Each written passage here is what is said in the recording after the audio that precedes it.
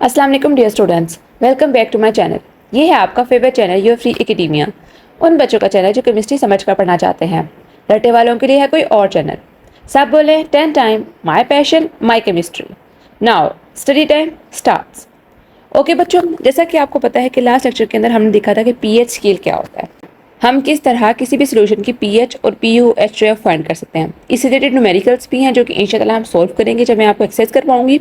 आज का जो बेसिकली टॉपिक है वो है हमारे पास measuring pH of a solution, कि सोल्यूशन की पीएच हम कैसे मेजर करते हैं। ठीक है, हमने देख लिया कि पीएच और पीयूएच से अगर हमें न्यूमेरिकली कोई क्वेश्चन आ जाए तो हम उसको सोल्व कर सकते हैं, लेकिन अगर हमारे पास कोई सोल्यूशन पड़ा हो तो हमने किस तरह मेजर करना है कि ये एसिडिक है या बेसिक है या फिर इसकी कितनी पीएच है। ठीक है, तो इसके लिए डिफरेंट इंस्ट्रूमेंट्स हैं, डिफरेंट टेक्निक्स हैं। सबसे पहले टेक्निक्स को डिस्कस करने से पहले हम एक चीज़ डिस्कस करते हैं जो कि हमारे पास है इंडिकेटर्स। बेसिकली बच्चों आप समझ लो कि इंडिकेटर्स हमारे पास एक सोल्यूशन ही होते हैं। ठीक है, और ये ऑर्गेनिक कंपाउंड्स आप इनको कह लो कि ऑर्गेनिक कंपाउंड से मिलकर बने होते हैं। इंडिकेटर्स हमारे पास एक ऐसे सोल्यूशन होते हैं जो कि हमें बताते हैं, स्पेसिफिक कलर शो करते हैं किसी स्पेसिफिक पीएच के ऊपर, और फिर हमें बताते हैं कि कलर किस तरह चेंज हुआ है कि और ये कलर चेंज हुआ है तो ये कंपाउंड जो है हमारे पास एसिडिक है या बेसिक है।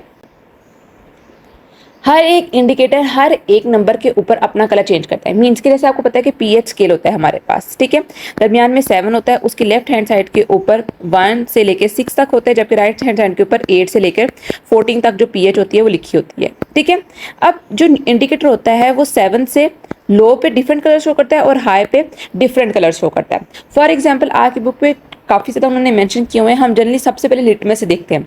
लिटमस के बारे में मैंने आपको पहले ही बताया था। जैसे हम लिटमस पेपर को देखते हैं बच्चों, लिटमस पेपर 2 तरह के होते हैं, एक होता है हमारे पास रेड और एक होता है हमारे पास ब्लू। एक बच्चों आपके पास रेड कलर का होता है और एक आपके पास ब्लू कलर का होता है। बच्चे इसमें अक्सर कंफ्यूज हो जाते हैं, लेकिन मैं आपको ट्रिक बताती हूँ कि इसको किस तरह आप लोगों ने याद करना है। बच्चों जब आपके पास एक सोल्यूशन हो और उसके अंदर आपने लिटमस पेपर डाला है, ठीक है, एक रेड डाला है और एक ब्लू डाला है, अगर तो रेड और ब्लू अपने सेम कलर शो करें, 2 लिटमस पेपर आपने लिए हैं, एक रेड कलर का है और एक ब्लू कलर का है, दोनों अपने सेम कलर्स में रहे, मतलब कि रेड जो है वो रेड में रहे और ब्लू जो है वो ब्लू में रहे, तो हम कहेंगे ये हमारे पास सोल्यूशन जो है वो न्यूट्रल है। ठीक है, और अगर आप लोगों ने एक सोल्यूशन लिया है, इसके अंदर आप लोगों ने क्या किया है, आप लोगों ने डाला है एक रेड लिटमस पेपर, ठीक है, रेड लिटमस पेपर, और एक आप लोगों ने डाला है ब्लू लिटमस पेपर। ठीक है, अगर तो कुछ देर बाद जो आपका रेड लिटमस पेपर है, ठीक है, आफ्टर सम टाइम अगर आपका जो रेड लिटमस पेपर है वो टर्न हो गया है किस चीज़ के अंदर, ब्लू कलर के अंदर, ये आप लोग देखो, अगर तो आप लोगों ने एक सोल्यूशन लिया है, सोल्यूशन के अंदर क्या किया है, आप लोगों ने एक रेड लिटमस पेपर भी डाला है और एक ब्लू लिटमस पेपर भी डाला है।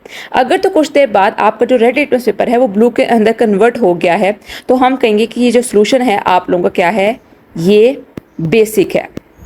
और ब्लू लिटमस पेपर का क्या फर्क पड़ेगा, बट ब्लू लिटमस पेपर तो ऑलरेडी ब्लू है, तो अगर हम उसको बेसिक के अंदर डालेंगे तो वो ब्लू ही रहेगा, तो इट विल रिमेन ब्लू। तो आप लोगों के लिए आसानी होगी कि अगर कोई सोल्यूशन आप लोग ठीक है, सोल्यूशन लिया है, अगर सोल्यूशन के अंदर आप लोगों ने रेड लिटमस पेपर डाला है, अगर तो रेड जो है वो अपना कलर चेंज कर रहा है, ठीक है, और ब्लू में कन्वर्ट हो रहा है, तो हम कहेंगे कि हमारे पास बेसिक सोल्यूशन है।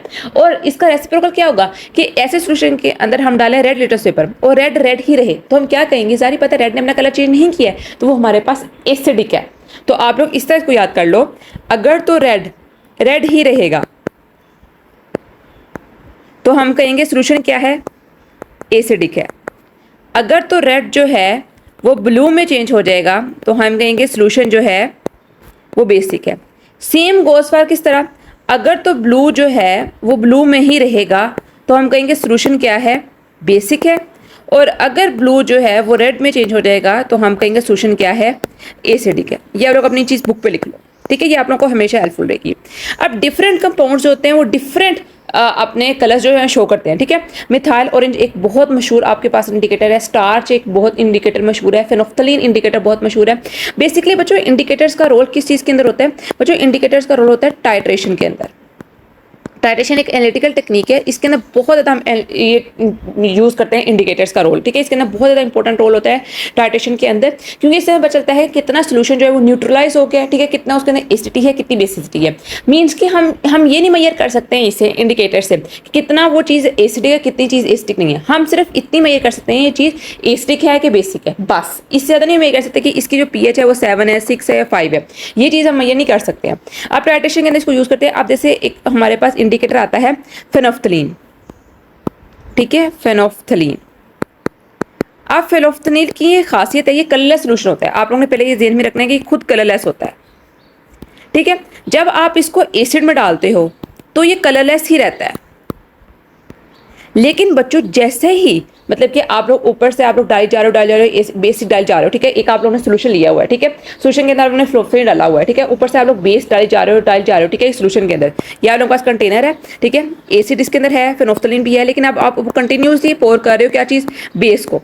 अब कंटिन्यू जब आप लोग एक चीज़ बेस को पोर कर रहे हो तो क्या हुआ कि आहिस्ता इसकी pH जो होगी वो इंक्रीज करेगी, ठीक है, pH इंक्रीज करेगी। जब इसकी pH बच्चों पहुंचेगी 9 के आसपास, ठीक है, अराउंड अबाउट 9 या 10, तो इसका कलर जो होगा वो चेंज हो जाएगा और वो हो जाएगा पिंक के अंदर। आप इसको रेड भी कह सकते हो, लेकिन ज़्यादा इसको पिंक हम देखते हैं, ठीक है। ज़्यादा आप लोग बेस डालोगे तो ज़्यादा कलर डार्क हो जाएगा, ठीक है। तो इसका मतलब क्या है कि जब आपने pH इंक्रीज किया तो उसका कलर चेंज हो गया। तो ये हमारे पास इस चीज़ के अंदर आ गया, ये हमारे पास आ गया अल्कलाइन के अंदर, ठीक है, अल्कलाइन कंडीशंस के अंदर। तो हमें पता चल जाता है कि ये हमारे पास सोल्यूशन जो है वो अब बेसिक हो चुका है, ठीक है। पहले एसिडिक था, कलरलेस रहा, अब हमने उसके अंदर बेस डाली है तो बेस ज़्यादा इंक्रीज कर गया, तो हमारे पास सोल्यूशन जो हो गया वो क्या हो गया है, वो आप लोगों का हो गया बेसिक, ठीक है। अब आप लोगों को पता होना चाहिए कितने pH के ऊपर चीज़ अपना कलर ये शो करती है, कितनी pH के ऊपर आपके ऊपर टेबल बना हुआ है, तो आप लोगों ने वो लास्ट में देखना है। उसके बाद बच्चों दो मेथड उन्होंने आपकी बुक में मेंशन किए हुए हैं। एक आता है यूनिवर्सल इंडिकेटर, ठीक है। अब यूनिवर्सल इंडिकेटर क्या होता है, बेसिकली बच्चों यूनिवर्सल इंडिकेटर एक चार्ट की फॉर्म में होता है, ठीक है। अब डिफरेंट फॉर्म में होता है, कोई भी राउंड भी होता है, एक सिंपल हमारे पास शीट भी होती है, ठीक है, जैसे मैंने अभी आपको pH स्केल आता है उस तरह भी होता है। अब इसके अंदर बेसिकली क्या होता है कि आप लोगों ने अपना जो सोल्यूशन है उसको देखा कि उसका कलर किस तरह का आ रहा है, ठीक है। आप लोगों ने एक लिटमस पेपर लिया, सोल्यूशन के अंदर डाला। अब सोल्यूशन के अंदर जो आप लोगों ने लिटमस पेपर दिया ना, ये देखो सपोज आपका लिटमस पेपर है, ठीक है, इस तरह समझ लो आपका लिटमस पेपर, इधर समझाती हूँ मैं आपको। सपोज आपका रेड लिटमस पेपर है, ये आपका रेड लिटमस पेपर है, इसको आप लोगों ने डाला है सोल्यूशन के अंदर, तो इसका कलर जो है बच्चों वो चेंज हो गया थोड़ा सा ब्लू के अंदर, ठीक है, ये ब्लू के अंदर।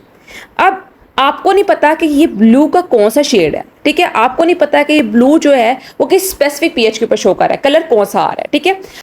लिटमस पेपर ने बच्चों ये शो कर दिया कि आपने अपने बेस के अंदर डाला है लिटमस पेपर, लेकिन आप लोगों को ये नहीं पता चला कि कितनी बेसिक कंडीशन पे आके इसने कलर दिया। तो हम क्या करेंगे, हम यूनिवर्सल इंडिकेटर का एक चार्ट लेंगे, उसके ऊपर हर एक pH के ऊपर स्पेसिफिक कलर्स लिखे होते हैं। तो आप लोग क्या करोगे, अपना लिटमस पेपर लेकर आओगे और उसके साथ मैच करोगे, तो फिर आप लोगों को पता चल जाएगा कि हाँ भाई ये 7 के ऊपर ये जो अपना कलर शो कर रहा है, 7 के ऊपर तो आपको पता न्यूट्रल होता है, चलो 9 के ऊपर शो कर रहा है या 11 के ऊपर शो कर रहा है, ठीक है। तो आप लोग इसको मैच कर लोगे तो हमारे पास एक यूनिवर्सल इंडिकेटर हो गया। अब तीसरा जो मेथड आता है वो बहुत ज़्यादा बेनिफिशियल है और वो हमारे पास है pH मीटर का मेथड। ये एडवांस यूनिवर्सिटीज़ के अंदर या एडवांस एनालिटिकल टेक्निक्स या लैब्स में यूज़ किया जाता है, ठीक है, pH मीटर जो होता है। तो जनरली जो स्कूल लैब्स होती हैं, कॉलेज या यूनिवर्सिटी लैब्स होती है, उसके अंदर हम इस तरह चीज़ों को मेजर नहीं कर रहे होते हैं, ठीक है, क्योंकि उसके अंदर डिफरेंट तरह के और इंस्ट्रूमेंट्स भी प्रेजेंट होते हैं, तो वहाँ से वो मेजर कर लेते हैं कि सोल्यूशन कितना एसिडिक है, कितना बेसिक है।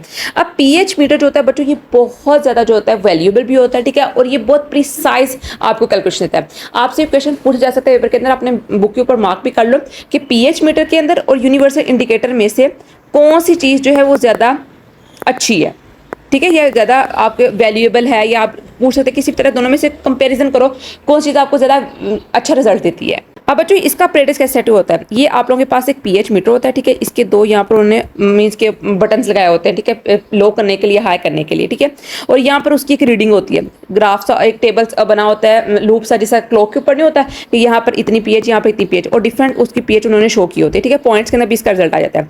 अब उसके साथ एक बैटरी अंदर कनेक्टेड होती है, ठीक है, और वो एक इलेक्ट्रोड बच्चों कहते हैं, जिसके अंदर हमारे पास उन्होंने सोल्यूशन डाला होता है स्पेसिफिक कंपाउंड का, ठीक है, वो मेजर करता है कितने आयन है, कितने आयन नहीं है, उसको डिप किया जाता है किसके अंदर, सोल्यूशन के अंदर।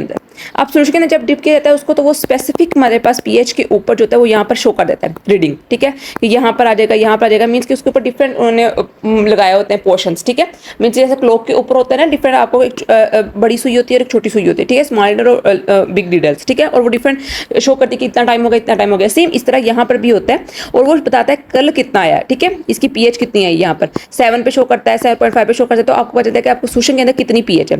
तो ये ज़्यादा वैल्यूएबल है, ज़्यादा कन्वीनियंट है as compare to other indicators, ठीक है। तो ये ज़्यादा आप लोगों को क्वेश्चन आ सकता है कि इन दोनों के अंदर कंपेयर करें कौन ज़्यादा अच्छी चीज़ है, ठीक है। तो आप लोगों ने बुक के ऊपर ये देख के कर सकते हो। तो जो ये था बेसिकली कि आप लोग अपने सोल्यूशन की जो पीएच होती है किसका मेजर कर सकते हो। आई होप सो कि आप लोगों को समझ आ गई, मैंने बहुत ईजी वे में आप लोगों को समझाया, ठीक है। रट्टा लगाने की बिल्कुल कोई जरूरत नहीं है, कॉन्सेप्ट लो। कॉन्सेप्ट क्या है कि किस तरह आप लोग अपने मेजर कर सकते हैं पीएच, ठीक है। शॉर्ट आ सकता है आपको, लॉन्ग मेरे ख्याल से इसमें से नहीं आएगा। शॉर्ट आपको आ सकता है पीएच मीटर क्या होता है या यूनिवर्सल इंडिकेटर क्या होता है, इंडिकेटर्स क्या होता है, बहुत इंपॉर्टेंट क्वेश्चन है इंडिकेटर के बारे में, ठीक है। एमसीक्यूज आ सकते हैं कि स्पेसिफिक जो इंडिकेटर होता है कौन सा कलर शो करता है किस पीएच के ऊपर, ठीक है। तो यही आप लोगों की क्वेश्चन है। तो आई होप सो कि आप लोगों को समझ आ गई होगी। आज के इतना ही, कल हम नया टॉपिक अपना डिस्कवर करेंगे इंशाअल्लाह, जो कि है सॉल्ट्स के बारे में। तो कल मिलते हैं एक नई अच्छी और एक्साइटेड वीडियो से, तब तक के लिए फी अमान अल्लाह।